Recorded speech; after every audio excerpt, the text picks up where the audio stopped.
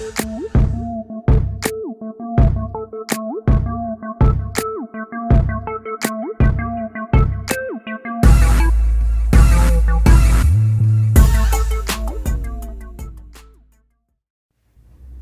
up, potato chips? This is your girl, Jerry Nicole, your favorite couch potato, coming to you with another review of Love and Hip Hop Miami, Season 1, Episode 7, entitled I'm Done. Before we jump into this review, I just wanted to say Happy Wednesday, Happy Hump Day, Happy Valentine's Day. Alright, let's jump into this. So, we start this episode off in Trick's kitchen. It looks like Trick can actually cook, though. He's making fried ribs and a whole plethora of other food. It looked really good, made me kind of hungry. But in walks his friend, his producer, his road manager, whoever he was, Chronic. He's telling Chronic about the situation that happened at the event where they were promoting the Trick and Trina album, how Joy and Don showed up, and Don got Trina and how Joy got Trina and Don speaking for her, and she not speaking. And then he had the nerve to call Trick and Don the biggest hoes out there. Like, I thought those were your friends. How you do that? But then he decides he wants to throw a divorce party.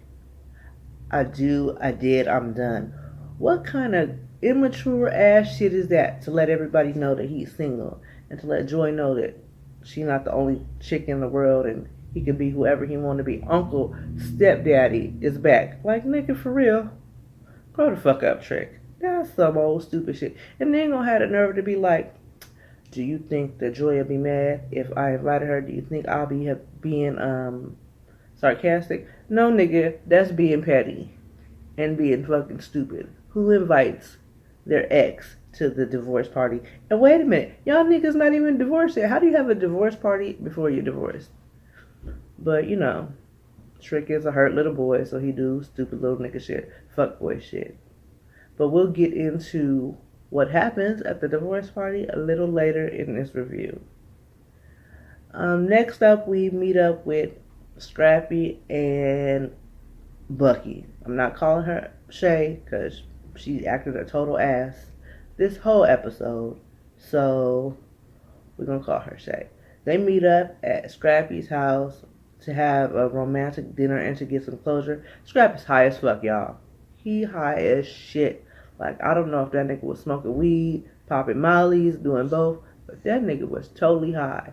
Talking about he missed Shay and the massages and her hands are a godsend. And she's like, I'm not here to give up no ass. I don't know what he thought it was. I'm pretty sure he got some that night because she's just that damn gullible and that damn stupid. She says she likes what's going on, but she's not ready to enter the Heartbreak Hotel. But again, I think she got some ass. But that was pretty much that. Then we meet up with Amara. And where do we meet Amara at? At the strip club with her best friend. And who's her best friend? Her mama. I'm sorry. I'm not going to the damn strip club with my mama. Ain't no way in hell. I'm not going to the club with my mama. I just wouldn't feel comfortable with my mama at the strip club with some stripper's ass and coochie all in her face. That's just not me. My mama wouldn't want to go to the strip club with me. My mama always told me, we ain't friends. We're not doing friend shit. But, you like it, I love it. If they enjoy going to the strip club together, keep on doing it. But Amara, I'm going to need you to find another friend besides your mom. Moms can't be tag along for the rest of your life. You're a big girl now.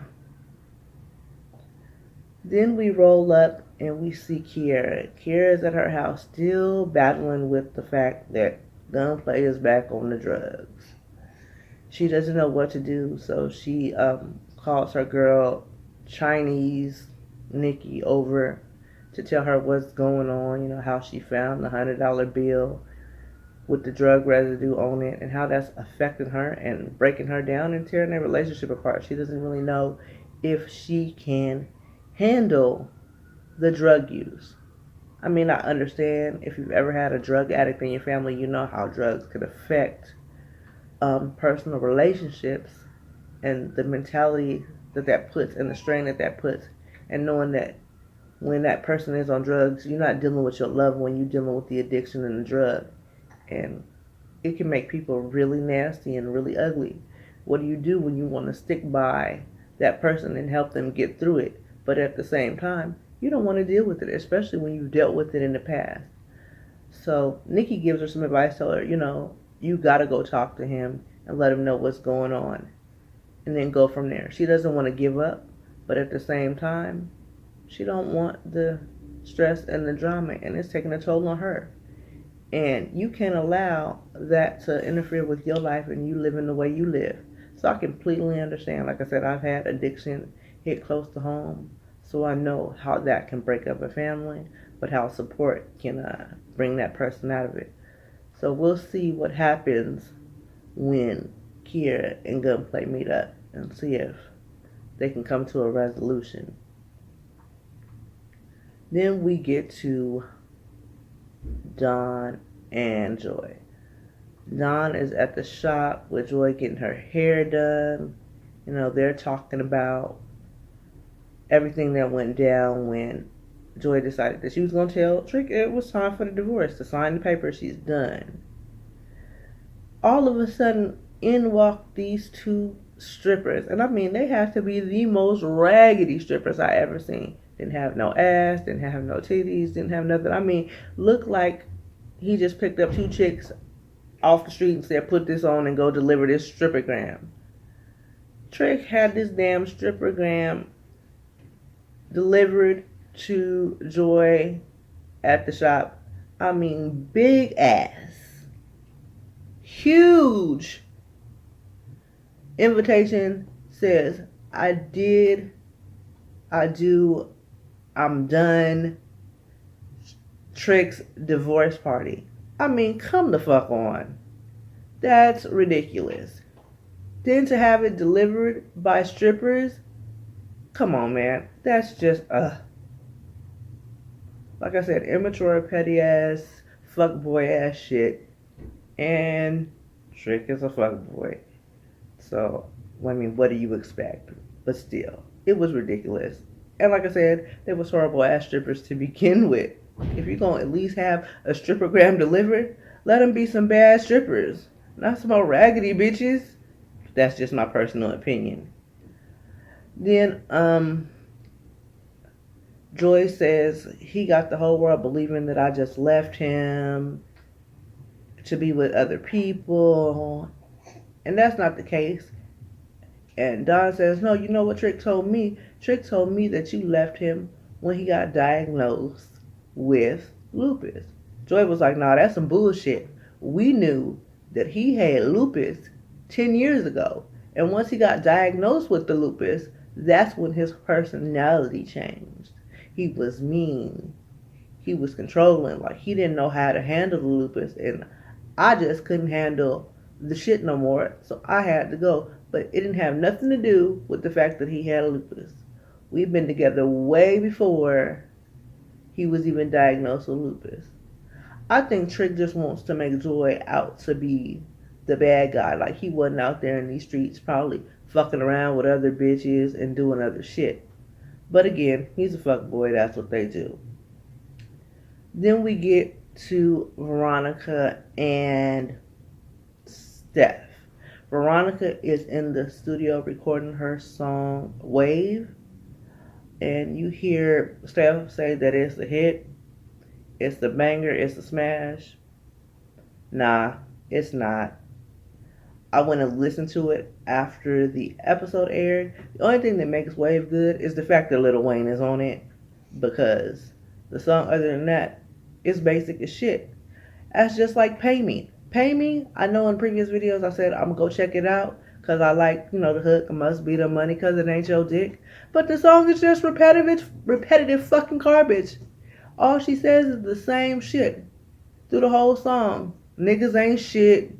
Must be the money. All this other dumb shit. It's fucking stupid.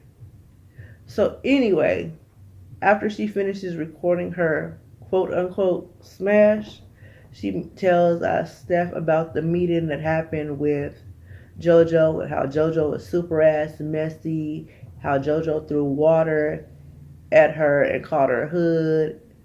He told her that she was a millionaire and that she was a broke bitch.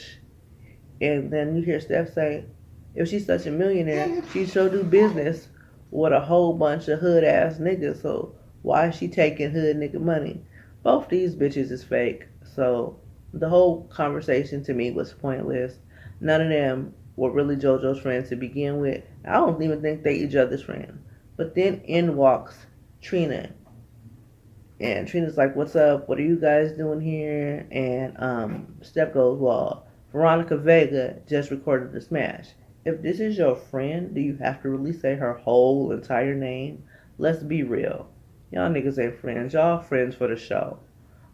Then you hear Veronica saying that Trina was the only person that rocked with her when Pay Me came out.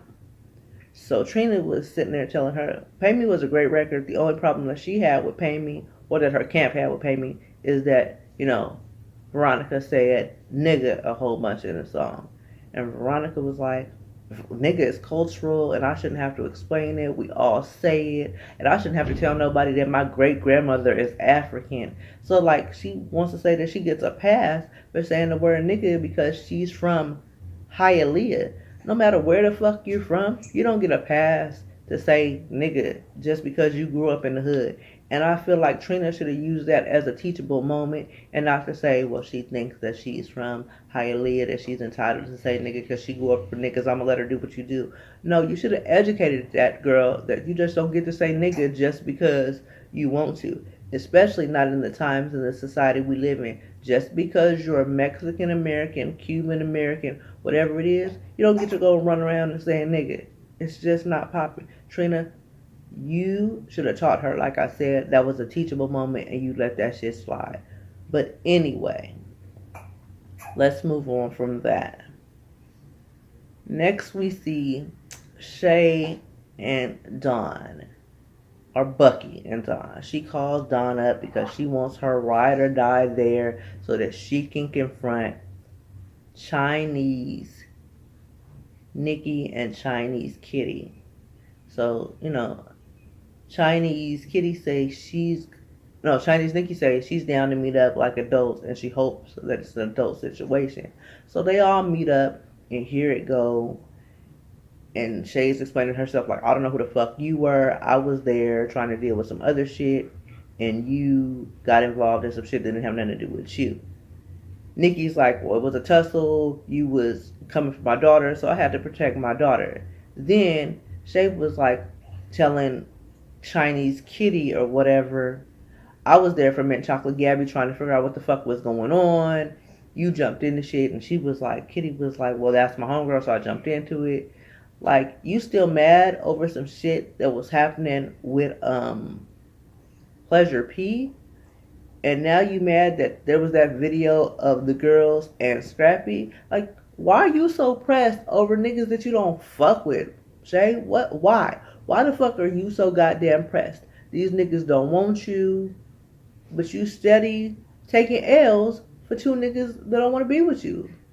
Like, you make yourself look fucking stupid. Ain't you tired of getting played on national TV, girl? Move the fuck on. And then, she had the nerve, I'm talking about Bucky, to call somebody ugly. Bitch, we've been calling you Francine from Arthur for the longest. You not cute. And then Chinese Nikki had the nerve to say that the bitch was ugly. Bitch, you look like both you and your daughter look like a science experiment. Siamese twins. Botox injected. Ain't nothing about y'all bitches relatively natural at all. So can't nobody call nobody ugly. All y'all bitches need to look in the mirror. But that was a whole waste of time. Shay, quit taking them goddamn L's. But I will give you a round of applause because for the first time in 7 episodes, both your wigs in the show was on point. So let's clap it up for her, y'all. Anyway, let's move on from that. Let me stop talking about this girl. We run into Amara La Negra. Amara is talking about how she wants to take away from the drama. that she knows that the drama is not going to help her um, prosper. She got to grind. She don't got time. Um, so that's what they're on. They're on the grind to make. She's on the grind. I'm sorry, to make this new music. When she gets a phone call for an opportunity from the most unexpected person, Young Hollywood has given her the opportunity to go on Steffi Chacon's radio show. So Amara says, alright, I'm going to take it if it means getting my music out there. So I'm happy that they squashed that beef. I'm so tired of it. I was so sick of it. I'm happy it's over. I don't know about y'all, but I didn't want to hear about it no more. So they go over to the radio station and meet up with Steffi. And Steffi's talking to them and asking how they got to working with each other. Is Amara Hollywood's artist? Is he managing her? How'd they meet up? He's like, no, I'm not her manager. She's not my artist. We both really wanted to work with each other. Things happened. I was being a little too extra and it didn't really work out the way we wanted it to, but now it worked out. Did you see how Amara was looking at him like this? Like, what you gonna say? You gonna tell the truth? But she didn't really say nothing. She just let him say what he needed to say. I'm happy because I didn't really need another rehash of this. We've been talking about this shit, like I said, for 6 episodes. I'm happy it's over. So, Steffi asked, do you have the music? And all of a sudden, my girl Amara pulls out of her bra her flash drive. But I ain't mad at her because, like my mama always told me, if you stay ready, you don't gotta get ready. So always have your shit on deck because you never know what opportunities will happen for you to put your stuff out there like that. They played it on the radio. I like it. What a Bomb Bomb got that cool Caribbean reggaeton beat. It's something that you can really party to. Checked it out, a little clip of it out on Tidal. It was nice. I see Steph LaFleur in the video. So it looks like Amara and Steph really have squashed their beef. That's a good thing. But I was really happy that they moved past their drama and that her music is out there. I'm about ready to go download some stuff. I don't know if I'm going to download Tidal. I really don't know if I want to pay $9.99. But we're going to find a way to get that single. Then we get to this divorce party at this raggedy ass strip club. It was just horrible. The strippers was basic. I didn't hear no really good music in the background. Everything was just horrible about it. Here you got Miami Tip shows up. She says she's always there to support anything that Trick does. Scrap is there. But I like how Miami Tip kind of called him out and was like, what are we doing? Why are we having a divorce party? You should be at home, dealing with this, not broadcasting it to the whole world. Like, who the fuck does that? Anyway, in walks Joy, and she's not worried about what anybody says or has to think. But then you get Trick on the mic being disrespectful, talking about, I got 2 of my baby mamas here. Joy walked in looking like a stripper. I got 2 of my side chicks. Uncle Stepdaddy is back. I got married to the side chick. I think that's what he called her on the low. But I'm not going to be marrying no more of y'all side chicks. Yo, ugly, disrespectful ass nigga. You don't look that good to be talking that much shit, Trick. I told you look casket ready. Looking like a fucking idiot. Anyway, Joy was like, this shit is basic. The strippers is basic. This is horrible. This ain't no party. All I want him to do is pay for this divorce that he won't. So she handed that nigga a bill from the lawyer like, this is for you. I need you to deal with this so we can be done. Trick pretty much tears it up, but then he says, I'll pay for it. If that's what she wants, I'll pay for the lawyer. I'll be the good guy so we can end this shit. Does that sound like a good deal? They was like, yeah, and that was that. Then we see Shay again meeting up with Scrappy, and she's over here mad, looking evil and disgusted. And And of course, Scrap got a stripper, so you know he ain't too worried about shit. And then she comes to him talking about, we need to talk, we got problems.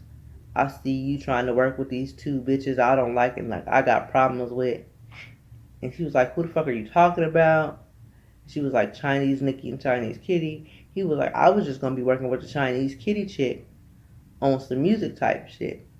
And she was like, no, you're not. You're not working with them. They tried to come for me. They didn't come for you. They didn't attack you. They didn't do anything. You caused that goddamn drama. Stop lying. And then she gonna have the nerve to tell this nigga, if you work with these bitches, I'm done. We not friends. We not gonna have no relationship. How the fuck can you tell somebody who in the fuck they can and cannot work with? How the fuck are you gonna stop somebody bad? Just like Scrappy said, he a grown ass man. He'll work with whoever the fuck you want to work with. He's single. So this has to be way before him and Bambi got married. Probably when he told us he was about to be moving down to Atlanta. But I'm gonna need Shay to mind her own fucking business, worry about her own goddamn bag, and stop being embarrassed on national TV. Get your wig life right before you tell somebody else what the fuck they can and cannot do. Then finally, we get to Kiera. She finally goes to talk to Gunplay. She's not excited about the conversation, but she decides that she is going to do it. So she goes down, and Gunplay is in the somewhere, I would say in a studio, making a video for a new song where he says just because he has been mourning does not mean he has been grinding.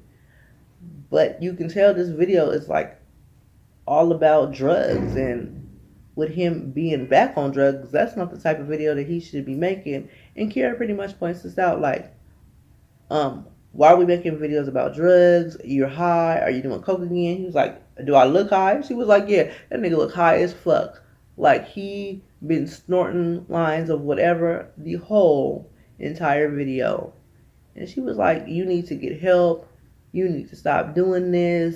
And he was like, stop. Stop doing what? Who gonna make the money if I stop? She didn't say stop rapping. She said stop doing drugs. Then he gets all, don't tell me about stopping and doing no drugs and you know what I've been going through. That's not an excuse to be acting a straight ass and being mean, because he was just totally disrespectful. Did anybody notice that he had to put his shoe on at some point in that scene? Why? I want to know why he had to put his shoe on. Somebody explain that to me in the comments, please. But then what took me out is this nigga damn near threw his back out trying to throw the director's chair, talking about, you don't know me. She goes, no, I don't know this. And I didn't move all the way to Miami to be dealing with this bullshit. You told me that you was going to be done with these drugs and you not don't bring your black ass back to my house. You're not the only nigga out there. You can be with another bitch who's going to put up with this shit, because I'm not. He told her, go ahead and go get some dick. Fuck you. Fuck your house. On all this other shit.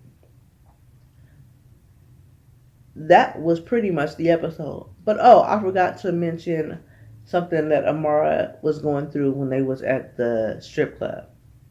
She pretty much was telling her mom outside the strip club that she thought that her album should be going a little further, and she doesn't know why it's not. And her mom was like, it seems like it's because of the money. I'll go work another job so that you can get this album popping like you want it to be popping. That brought Amara to tears. She don't want her mom to work a second job just to support her. She's mad that she's touring, going around the world, wearing clothes that she can't afford, rocking fake purses that she can't afford. But that's the music industry. How many people are really rocking anything that's actually theirs or that they can afford? So, I mean, girl, welcome to the industry. But I do applaud you for not wanting your mom to work an extra job to support your career. I thought that was a touching moment. But I'm going to need Amara not to cry every damn episode, all the damn time. Tell me what y'all think about the episode in the comments. What were your favorite parts? What you didn't like? If you like this video, don't forget to subscribe to the channel. Comment. If you didn't like the video, still comment. You can cuss me out. I just want to know and get a feel for what y'all thought. Until next time, y'all. Love, peace, and potato chip grease.